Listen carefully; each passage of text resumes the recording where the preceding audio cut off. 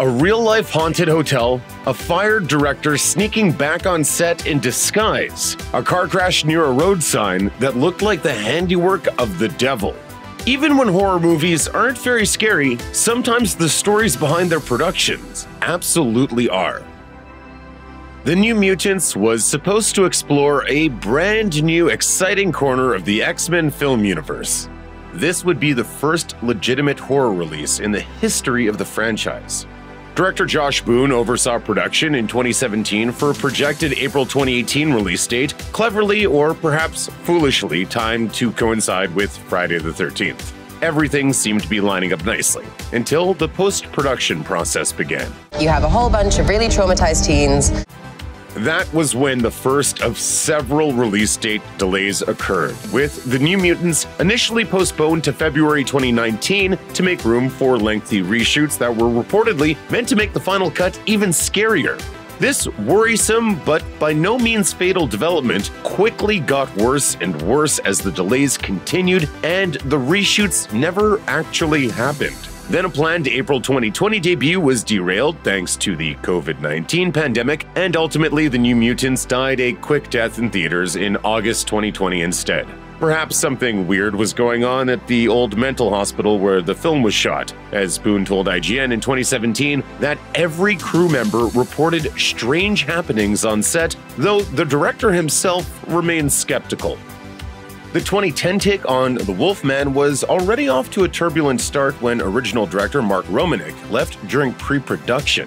A mad scramble ensued to get a new director signed on so that the film could still come out in 2009 and reap the rewards of a buzzy cast that included Benicio del Toro, Anthony Hopkins, and Emily Blunt. By February 2008, Joe Johnston had signed on, with filming set to begin just a few months later.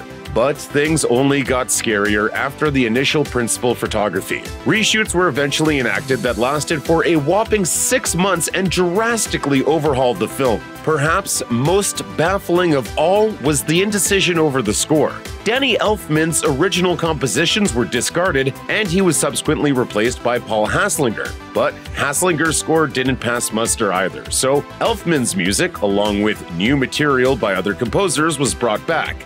The tepid reviews for The Wolfman made it clear that the final cut of this creature feature wasn't particularly scary, but at least there were plenty of frights in the tortured production history.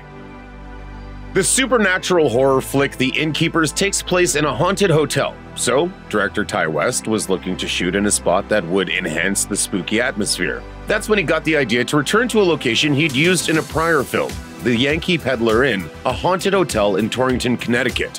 West had first encountered this hotspot while making his 2009 film, The House of the Devil, and he ended up experiencing some inexplicable events while staying there. As he admitted to the Morning Call, "I'm a skeptic. Spending time at the Yankee Peddler was the closest I've come to believing." You know, I was like, oh, I should write a movie about all the shit that happened when we weren't shooting House of the Devil, and that's what this movie is, and then they let us go back to the actual hotel and shoot there. Years after The Innkeepers finished filming, lead actor Sarah Paxton told Dead Talk News that she'd had several weird experiences while filming the movie inside the hotel, including a TV inexplicably turning on in the middle of the night.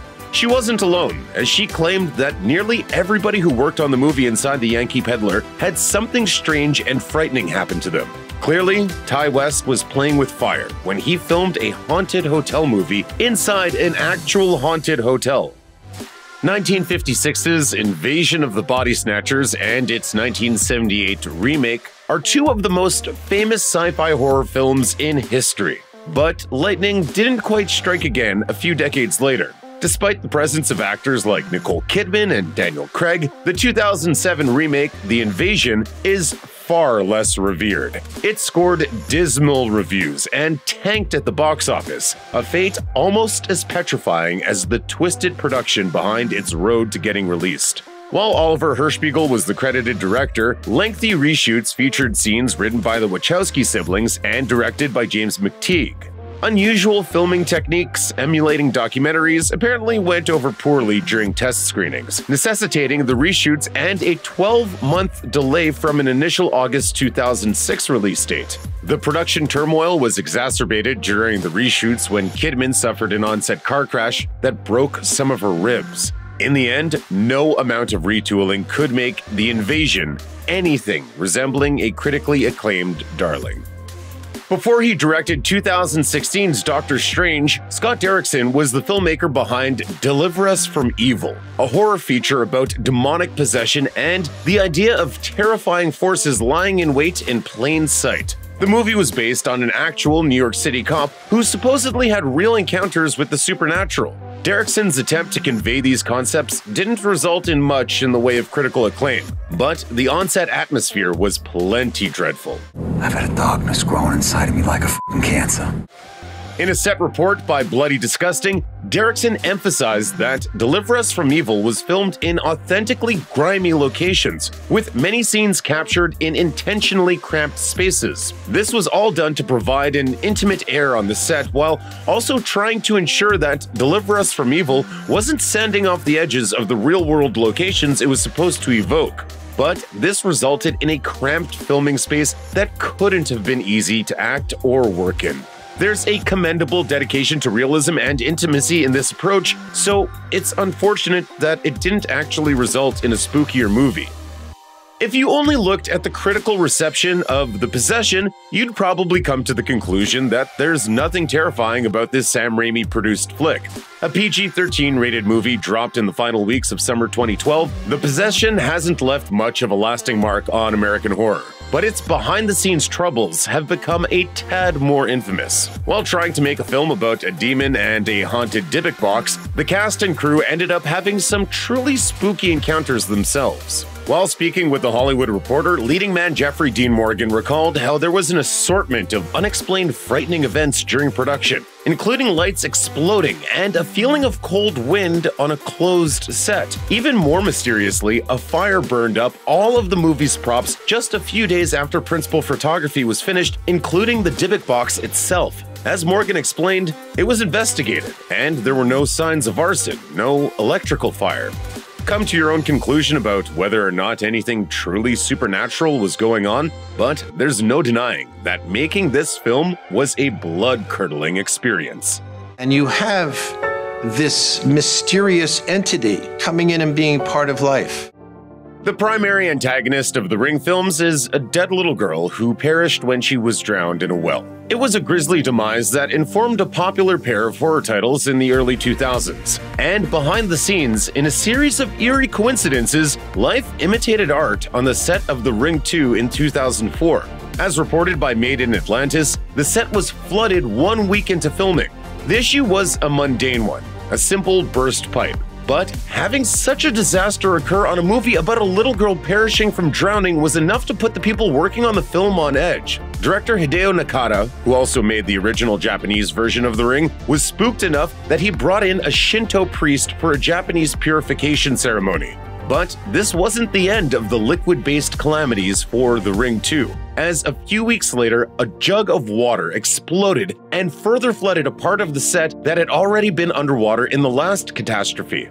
So that's 2 water-based disasters for a film that involved a young girl who had drowned in a well. And we've yet to mention the strange behavior of animals like bees and bucks that occurred during production. Reviews criticized The Ring 2 for its lack of scares, but those needing a chill up their spine can easily be sated by these on-set horror stories. We can thank the movie-mocking TV show Mystery Science Theater 3000 for the fame achieved by the 1966 film Manos, The Hands of Fate. An ill-advised attempt at a horror movie, Manos didn't provide scares, but it did inspire plenty of unintentional guffaws. With stiff line deliveries, bizarre costume choices, and a never-ending opening credits sequence, there are more inexplicable parts of this no-budget movie than there are stars in the night sky. And behind the scenes, it had a truly tumultuous time getting finished. Many of the hardships had to do with the director, fertilizer salesman Harold P. Warren, who also played the lead character, Michael. Warren could only muster up $19,000 for the budget, which ensured, among other limitations, that cinematographer Robert Guidry couldn't obtain proper lighting or redo subpar shots. It also meant that Guidry wouldn't be getting paid. Meanwhile, Warren's disagreeable behavior towards the crew included throwing a slate at Guidry and screaming at the women hired to portray the wives of the villainous master. And the master wouldn't approve. The sights on display in 1996's The Island of Dr. Moreau are supposed to make your blood curdle and offer an ominous warning about meddling in God's domain. But far more petrifying is the saga of how this H.G. Wells adaptation was realized. The film was a passion project for director Richard Stanley, but his refusal to attend production meetings and clashes with cast members led to him being replaced by John Frankenheimer after only 3 days of filming. But any hopes that a new director could right this sinking ship were sadly dashed, as Dr. Moreau fell into even greater chaos. Just like Stanley, Frankenheimer also had trouble with hot-headed leading man Val Kilmer.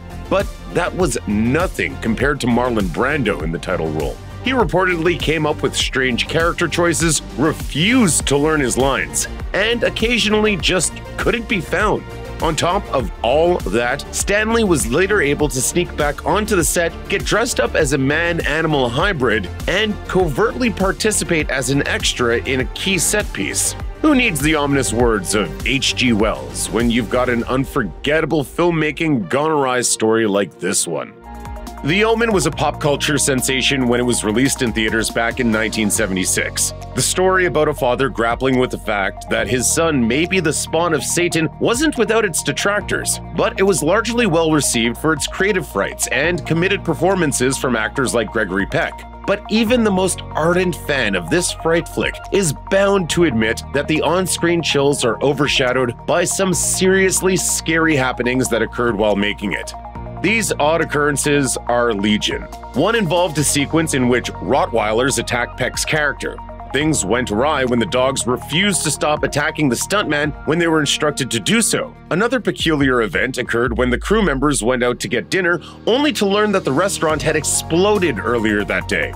And even after they left the set, horrific events befell key members of the cast and crew. The most tragic incident was that of a special effects designer losing his wife in a car crash that proved eerily similar to a death in the film. He claimed that it occurred near a road sign that indicated that a town called Omen, spelled with 2 M's, was 66.6 kilometers away. With no shortage of scary events connected to the making of The Omen, there will probably always be debates about whether or not the literal devil was behind it all. Look at me, Damien. It's all for you. Check out one of our newest videos right here. Plus, even more Looper videos about your favorite movies are coming soon. Subscribe to our YouTube channel and hit the bell so you don't miss a single one.